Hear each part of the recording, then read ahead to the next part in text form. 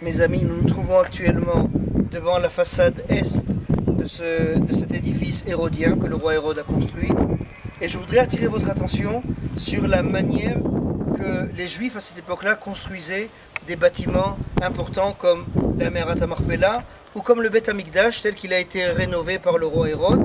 Cette fois-ci, je demande à notre ami, notre caméraman, de filmer le profil de cette construction.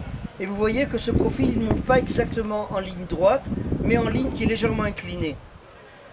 Et regardez bien, cette inclinaison, elle est obtenue par le fait que les pierres ne sont pas posées exactement les unes sur les autres, mais chaque pierre supérieure est posée avec un petit décalage vers l'intérieur, comme ça. Et la pierre suivante, elle a toujours le même décalage vers l'intérieur, ce qui donne ce profil en biais du bâtiment. La raison, elle est double. La première raison, c'est une raison tout simplement de stabilité.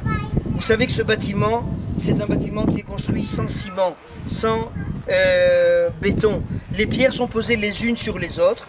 Et si notre caméraman veut bien nous suivre, malgré qu'il y a eu des terribles tremblements de terre en Eretz Israël, le plus terrible de ces tremblements de terre a juste réussi à faire décaler une pierre qui se trouve tout en haut.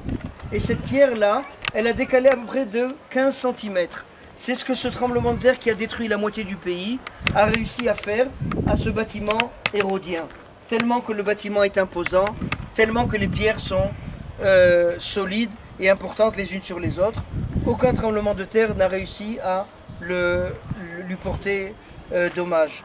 Maintenant, regardez bien, on avait parlé dans notre prochaine séquence, dans notre précédente séquence, pardon, des 7 marches. Cette marche n'existe plus, il reste juste le signe de leur présence à travers le ciel.